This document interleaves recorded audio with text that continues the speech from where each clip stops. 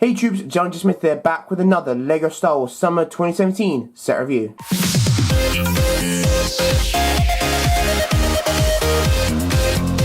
This time I am back with the Jakku Quadjumper, set number 75178, aged 8 to 14, comes with 457 pieces and will be retailing for £55 or $50, which is pretty hefty for 450 pieces.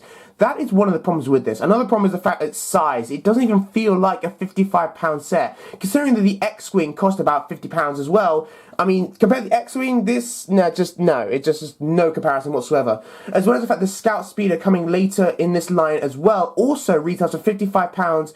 I don't see a real reason for anyone to buy this. Now, yes, in and of itself, I think it's personally a kind of cool set. I like the design of it, and yeah, the minifigures aren't great, but they're not terrible either. But that's kind of the problem with this set. It's very, very average. That's the best I can say about it. I don't understand really why it was created. In fact, this is the same problem I see with a few other LEGO sets LEGO has made, like the Wookiee gunship and a few others.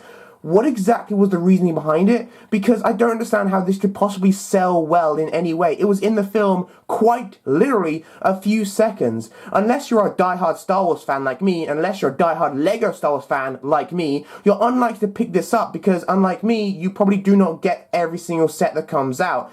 But yeah, really, all in all, there is no real incentive to get this. As I said, it's not a particularly bad set, but it's just not good in any way. So what you thinking, LEGO? What's going on? We could have had a really cool other set, but nonetheless, that being said, let's go now and actually have a proper in-depth look at the Jakku Quadjumper. Our first minifigure is Rey, who of course is the main character from episode 7 and therefore has been in quite a few sets already, including of course Rey's speeder bike, which is significantly cheaper than this set. Therefore, you almost definitely already have a Rey minifigure somewhere in your collection. Still, if you don't for whatever reason, then this is another chance to get Rey in her usual kind of Jakku printing clothing, whatever she's wearing. If she is new, then it's very only slight because the printing, to my knowledge, is more or less the exact same we have seen her before. Still going over it, a nice little thing to point out is the fact that her torso is actually kind of sandish blue, while the legs is sandish colour. But the printing, you have some sandish on the blue, and then some blue on the sandish pants there. So, a little thing to point out. Nonetheless, we have some black sort of lines here to represent more fabric and, you know, give more detail to it. As well as the torso is also quite nice, but nothing we haven't really seen before. Moving straight onto the back, we get the same sort of thing moving around the back as well. Quite nice, nothing too special. Her staff is also what we've seen before. But this entire figure, in fact, many minifigures in this set are pretty similar to things we have seen before. There's only one that is only really different. Her face is also, you know, pretty standard. Moving on to the back, we have this kind of mean sort of growling face when she attacked Finn. And yeah, to my knowledge, this is the only time we've ever seen this hairpiece before. I'm not entirely sure we've seen it ever before, apart from, of course, other Reys. But yeah, more or less that is it to Rey. Nice little minifigure. I guess she's kind of including this set for reasons, but to be honest with you, this set is so abstract, I can't see any minifigure really needed here, but still, that is it to Rey. Moving now on to Finn. Our next minifigure, just like Rey, is another main character from episode 7 and therefore has appeared in several sets already. We of course have here Finn in his kind of a Stormtrooper black design with the Poe jacket on top of that, which is quite nice. He comes with the usual blaster, which actually I've not seen in a little while, mainly because I just keep collecting so many battle packs and they come with those things. I really wish battle packs still came with these blasters. They are so much better. Nonetheless, we get Rey, who of course, as I said, we have seen before. Really not a massive amount about him. His legs are completely just black with no printing on them whatsoever. The torso on the back is also pretty basic, quite nice, but you know, there you go. As well as the front, of course, this is Poe's jacket from the film, if you're unaware. The face printing is pretty standard. We've seen this sort of thing before. Move straight onto the back of the face. He's kind of more scared, more frightened look. For some reason, I remember Finn being quite worried in The Force Awakens. He wasn't much of a hero. I really thought Rey was more the hero of the film. Nonetheless, Finn was still a good character, and I still did enjoy his part. Hopefully, he will have a more significant part in Episode 8. But yeah, really, we have seen him before, as I've said many times already throughout this review. But to be honest, there's so little about this set, which is so amazing that it's just so hard to think of things to say about this minifigures. But still, that is more or less it for Finn. Let's now move on to BB-8.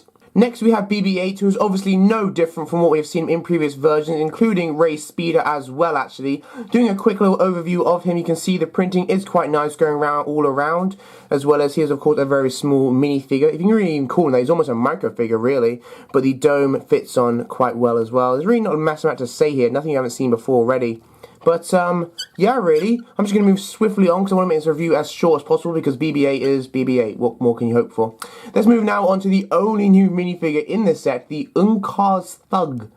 Whatever kind of name that is. Next up we have Unkar's Thug, who is the only new and special minifigure in this set. And now thinking about it, I'd rather have got Unkar Plot himself, to be honest, in this set. I really thought if they had included him, it would have worked quite well. Even though he already came in a set last year, I personally was not able to pick him up. And I really feel it could have benefited LEGO. It would have driven the price up of the set, they included Unkar Plot, and it would have given it at least a little bit more recognizability because, of course, he actually was relevant in the film for a few minutes. Just like the set, funny enough. But no, they felt they need to go with the Unkar Thug, who I guess is kind of cool in his own right. In fact, I'll go as far as say he is the most detailed minifigure in this set, although that's not, of course, saying that much. And I suppose you can add him to your Thug or Pirate collection. You know, I think he would work quite well with that. Still moving on, there is no printing on the legs. The kind of just standard brown legs you see that we have seen before. As I said, the printing and the face is quite detailed as well, which is quite nice. He's got sort of torn green jacket as well as the kind of t-shirt there, which is also quite raggedy and torn. Really meant to represent how much of a thug, you know, kind of raggedy guy he is, I guess.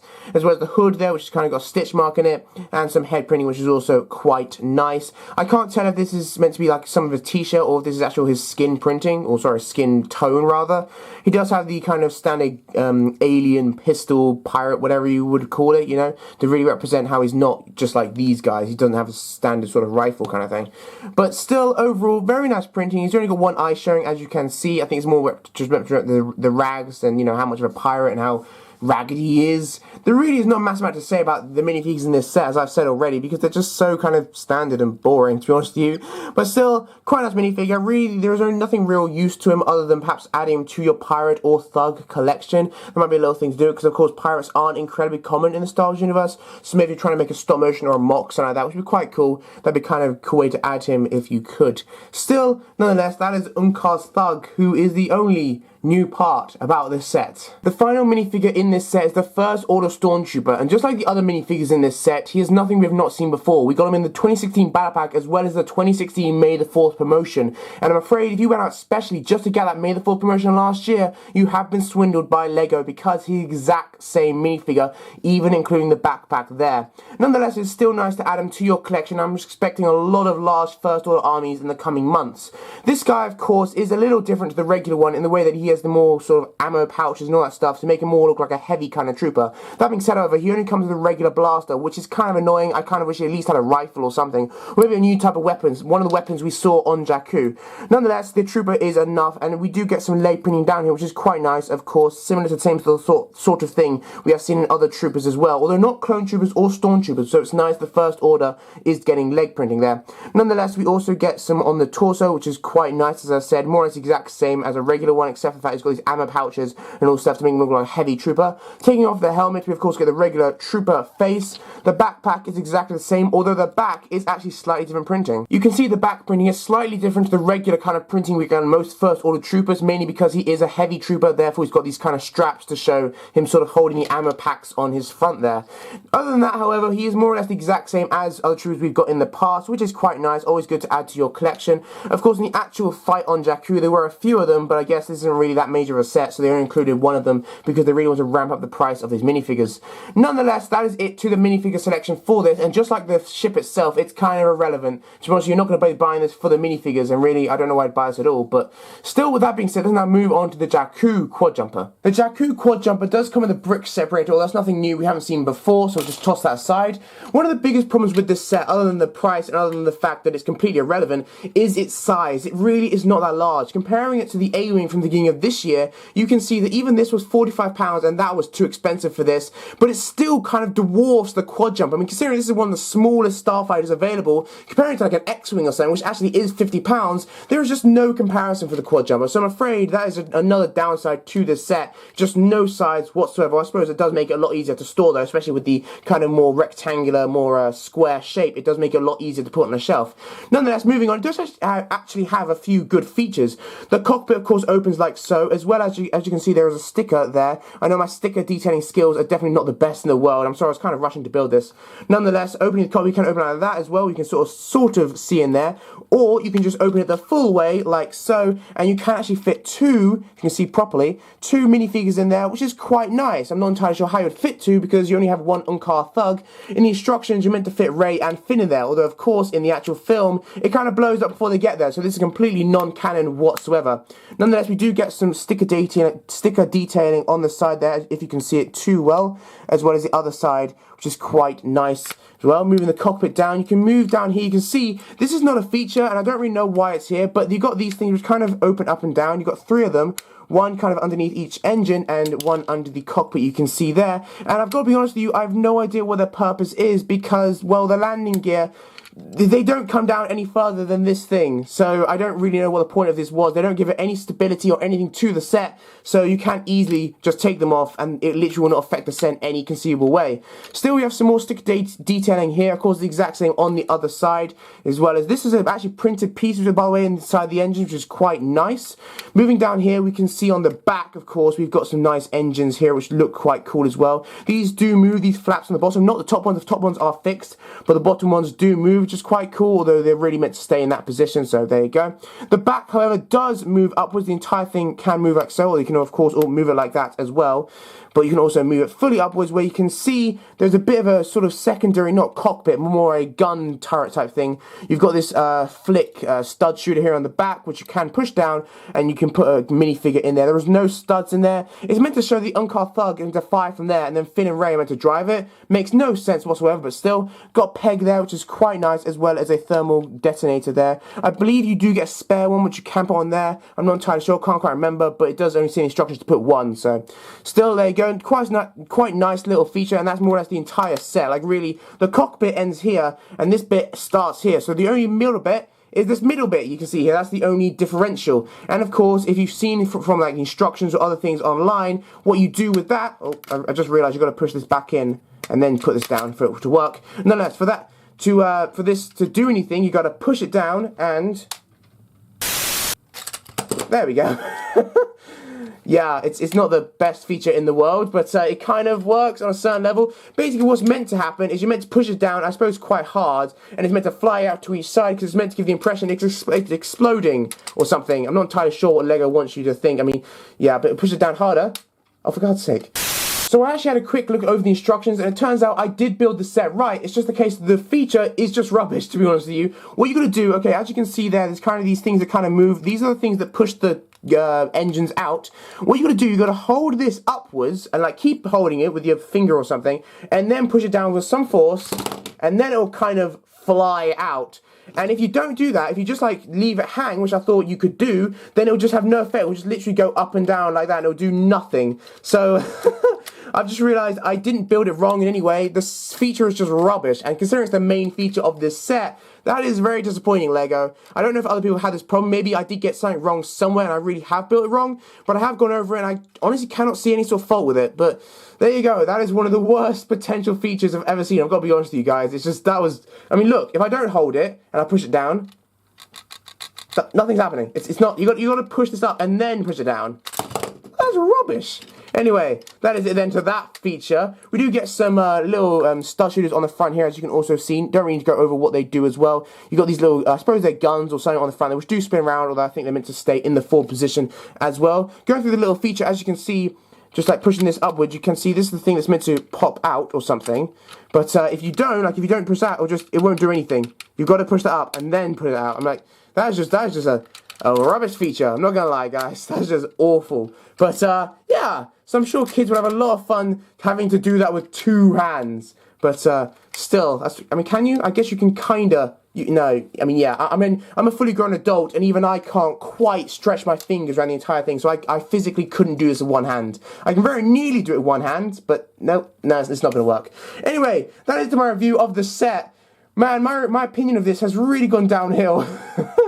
But yeah, so the main feature barely works unless you have two hands, which I guess most people do, but still. That is it into my review of this. Now let's go on to the instructions of the box and include my review of the Jakku Quadjumper.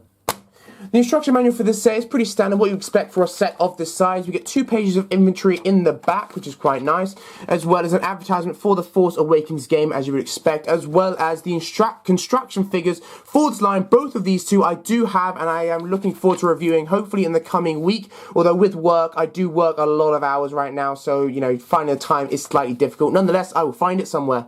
We get the minifigures we got in this line, which are all quite nice. Hopefully I will get the majority of them. I really want to get that guy. That is the only reason I would get the Tracker 1, but other than that, it kind of looks like a rubbish set to me. All of these sets, apart from that one, and that one, I all have, so basically half of them. These 2 reviews will be coming next after this review, and hopefully will be coming very soon. We have in the back there the main feature, which I guess works, but I mean, as you can sort of see there is really no real difference. It's not meant to be like any higher or anything, so I guess I did build it right. It's just a case of it's a rubbish feature.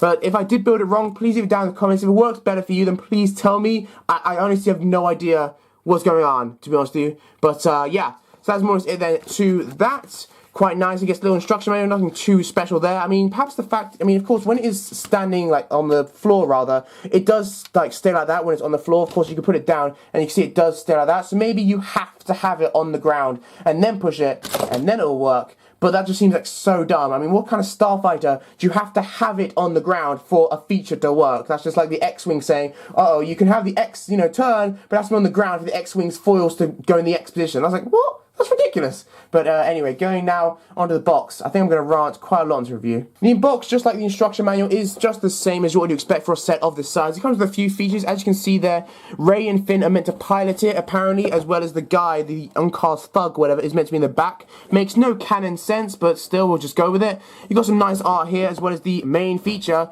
which does have the engines blasting out, which really doesn't demonstrate how the ship really explodes, but, you know, of course, it's Lego, so you can expect so much.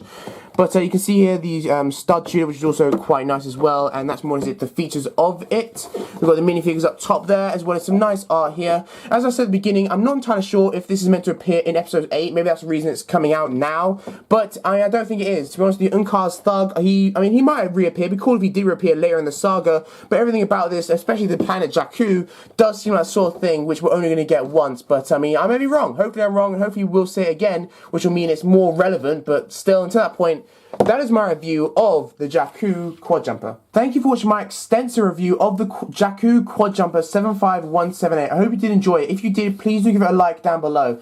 I did give a lot of opinions throughout this review, and some of them are positive, some of them not so much. I will say, all in all, would I recommend this? For the price, no, I would not. I'd recommend waiting for it to go down in price, which it certainly will, to about 40, maybe 45 pounds. That'd be certainly a better price to buy this at, because all in all, there's nothing really here that's worth the £55 price tag, and I don't really know what Lego was thinking. That being said, while the feature itself doesn't really work whatsoever, it's not inherently a bad set. I still stand by it. It's certainly not the worst set to ever come out of Lego Star Wars, like some people are saying, but I don't see any real reason to buy this, to be honest with you. The minifigures, apart from this little guy here, have all been seen before, as well as the fact you can get this guy, even if you want to build an army, you can get him a lot easier in pretty much any other set. You only get one of them in this set. And this set itself, unless we're going to see it again in like a future film, I don't see any real cause to buy it unless you're a mad collector like me, actually. That being said, thank you for watching my review. I hope you did enjoy it. My next review will be on the Republic Fighter Tank, which hopefully will be coming very soon. Believe it or not, this is actually the largest set I'll be getting from this line, mainly because until I get the Jedi Hyperdrive Booster Ring, I will not be getting the Tracker 1 or the Arrowhead. So, until that point, this is actually the largest set, and all in all, I will say it's not really worth the price tag, but it's still a decent set for what it is. Thank you guys for watching my review, and I will see you next time in my review of the Republic Fighter Tank. It's going to be a good one. Bye, troops.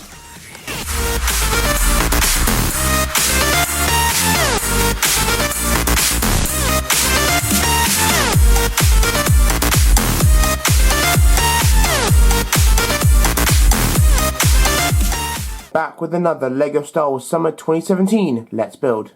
That's the... nope. I think it is worth some sort of money. Some sort of money? I don't particularly dislike the set. As it is set, it is a decent sort of vehicle. Now... her staff is also something I've seen before as well, but nothing too special here. Same sort of thing with a light. I dropped it. Where's it gone? BB-8, nothing too special about him whatsoever. Of course, the printing going, I'm going to go... But really, there's no... oh, god damn it. I can't do it. Moving down, there's no printing on the legs here, just the usual sort of brown we have seen before. As well as the fact he does come in the back there. Back there. It's quite nice little detailing, which we don't have on some other troopers, including, we don't have the little, you can see there the usual trooper head, but nothing massively, really. So I'm afraid if you did go out just to buy that poly bag, then well, Lego has taken the piss, to you. Always good to build up your collection. All in all, I wish you did, again. I don't really know why Lego created this, as I've said 10 times. Brick separator, but that's nothing too new. Nothing. That is a bit of sticker detailing there, by the way. Off. The camera's about to die. You gotta push it down and... Okay then. That was fun. But push it down harder. Oh, for God's sake. Okay. This is not working for me. That is rubbish. What the kind of dodgy... Have I built this right?